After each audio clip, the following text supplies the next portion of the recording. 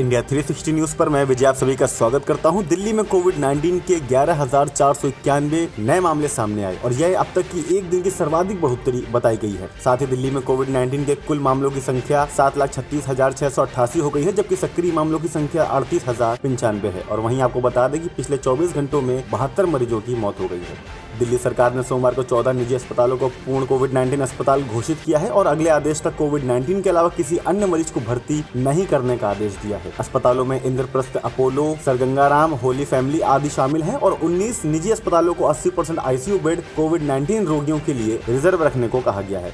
उभरते कोविड-19 मामलों के बीच हरियाणा सरकार ने तत्काल प्रभाव से राज्य में अगले आदेश तक रात 9 बजे से सुबह 5 बजे तक रात्रि कर्फ्यू लगाने की घोषणा की है और रविवार को राज्य में 3,440 कोविड-19 के केस रिपोर्ट हुए, जो अब तक की एक दिन की सर्वाधिक बढ़ोतरी बताई गई है। और सरकार ने पहले लोगों के इकट्ठा होने संबंधी नियम लागू किए थे। और कोविड-19 के बढ़ते मामलों के मद्देनजर राजस्थान के माध्यमिक शिक्षा बोर्ड ने सोमवार को ऐलान किया है कि 6वीं और 7वीं कक्षा के विद्यार्थियों को बिना वार्षिक परीक्षा के सीधे अगली क्लास में प्रमोट किया जाएगा। विद्यार्थियों का मूल्यांकन social media interface for learning engagement smile 2 और आओ घर से सीखे कार्यक्रम के तहत किया जाएगा। और इसी के साथ में महाराष्ट्र सरकार ने कोविड-19 के चलते 10वीं और 12वीं की बोर्ड परीक्षाएं टाल दी हैं। अब 10वीं की परीक्षाएं जून में होंगी और नई तारीखों की घोषणा उसी के अनुसार की जाएगी। आपको बता दें कि 12वीं कक्षा की परीक्षाएं मई के आखिरी में कराई जाएंगी।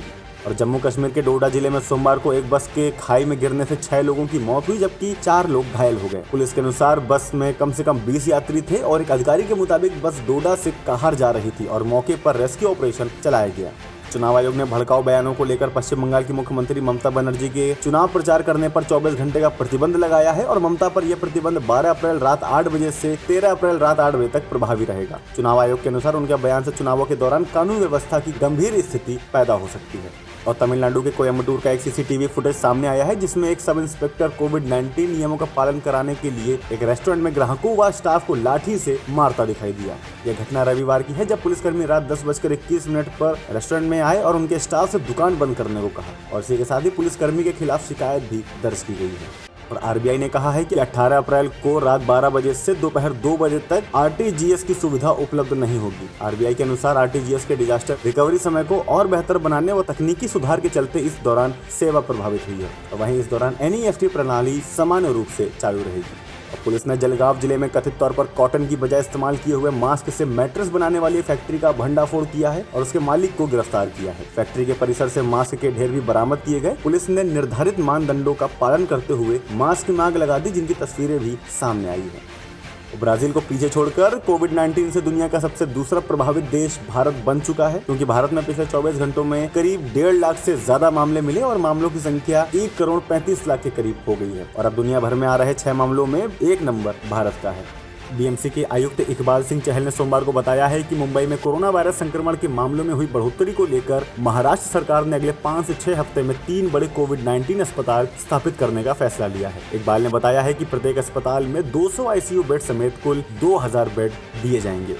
ब्राजील में कोरोना का कहर लगातार बढ़ता जा रहा है। एक और रोज हजारों लोगों की मौत हो रही है। कब्रिस्तानों में लाशें दफन करने की जगह नहीं बची है। दूसरी ओर ब्राजील में करीब 2 करोड़ लोग कोरोना से उपजे हालातों के कारण भूख से जूझ रहे हैं और आलम यह है कि 21.1 करोड़ की आबादी में से लगभग आधे लोगों को ठीक से भोजन भी नसीब नहीं हो रहा। और इसी के साथ में पंजाब किंग्स के खिलाफ मैच में टॉस के बाद राजस्थान रॉयल के कप्तान संजू सैमसन ने सिक्का उठाकर जेब में रख लिया, जिसके बाद रेफरी उन्हें देखते रह गए। सामने आए वीडियो में सैमसन द्वारा सिक्का उछालने के बाद रेफरी उसे उठाने के लिए नीचे झुके, लेकिन उन्होंने पहले सिक्का उठा लिया और रेफरी की ओर देखकर मुस्कुराने लगे।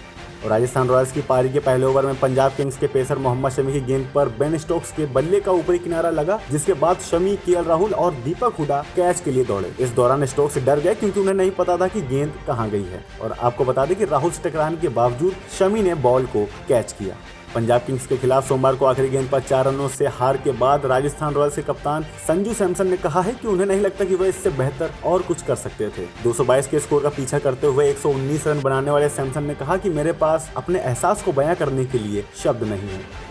और अभिनेता राहुल देव के साथ कई वर्षों से लिव इन रिलेशनशिप में रह रही अभिनेत्री मुग्धा गोडसे ने शादी करने को लेकर कहा है कि हम शादीशुदा ही महसूस करते हैं, लिव इन में खुश हैं। साथ ही साथ उन्होंने यह भी कहा कि सिर्फ एक साइन करना ही बाकी है और हमारे लिए खुशियां मायने रखती हैं और राहुल भी ऐसा ही सोचते हैं।